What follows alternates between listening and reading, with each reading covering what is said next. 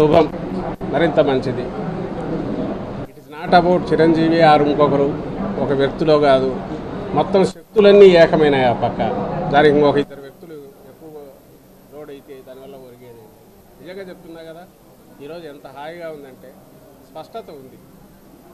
ఆంధ్రప్రదేశ్ రాజకీయ స్క్రీన్ మీద, ఆ తెర మీద జగన్మోహన్ రెడ్డి గారు ఒక్కరు ఒకవైపు ఉన్నారు. మొత్తం తోడేళ్ళు, గుంట నక్కలు, నానా రకాల హైనాలు, ఇంకా ఏవో ఉన్నాయి, ముళ్ళ పందులు అన్నీ కలిసి ఇంకో పక్క వచ్చినాయి. ఈ పక్క జగన్మోహన్ రెడ్డి గారు ఒకరు ఉన్నారు. జనమంతా ఇటున్నారు. ఆ పక్క వాళ్ళందరూ అధికారం కోసం ఉన్నారు. ఈయన అధికారం అంటే ఒక బాధ్యతగా, ప్రజలకు మమేకమై ప్రజలకు సేవ చేయడమే ఒక లక్ష్యంగా, ఓ మంచి రాష్ట్రంగా, అభివృద్ధి చెందిన రాష్ట్రంగా సంక్షేమం ద్వారా దీన్ని తీర్చిదిద్దాని లక్ష్యంతో ఈయన ఉన్నారు. ఈ స్పష్టత ఉండడం అనేది మాకు కలిసి వస్తుంది. ప్రజలు చూజ్ చేసుకోవడం సులభం అవుతుంది.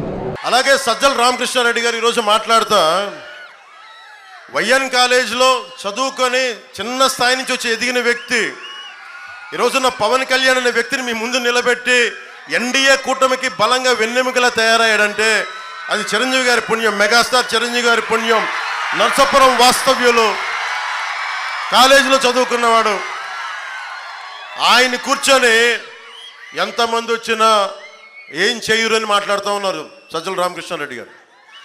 సజ్జల రామకృష్ణారెడ్డి గారు కూడా చెప్తున్నా, మీరందరికీ డబ్బులు ఎక్కువైపోయినాయి, మీ అందరికీ అధికారం ఎక్కువైపోయింది, నోటికి ఏది వస్తే అది మాట్లాడటం అలవాటైపోయింది మీకు.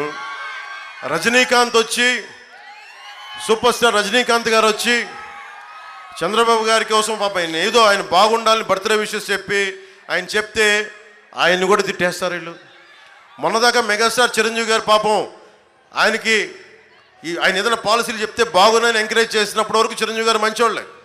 కానీ ఈ రోజున చిరంజీవి గారు జనసేనకి 5 కోట్ల రూపాయలు ఇచ్చి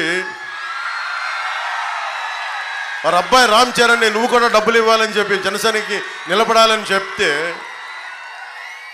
వెంటనే ఈ రోజున సీఎం రమేష్ గారు, పెందుర్తి మన రమేష్ గారికి ఇద్దరికి మద్దతుగా నేను ఎన్డీఏ కూటమికి మద్దతు తెలుపుతున్నాను, లేదంటే వాళ్ళిద్దరికి మద్దతు తెలుపుతున్నాను అన్న ఒక మాట అనగానే చిరంజీవి వచ్చినా ఎవరు వచ్చినా ఏమవ్వదు, మాకు సింహం సింగిల్గా వస్తాయి, వాళ్ళు సింహాలు అంటాయి.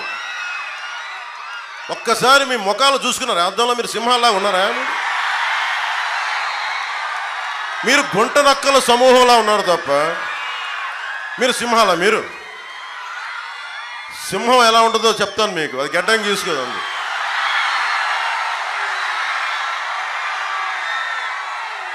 సింహమే మీతో పోరాడింది.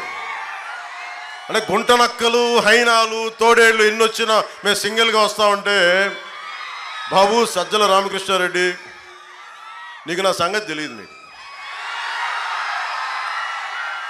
నేను ప్రతిరోజు జగన్ కూడా చెప్తున్నా,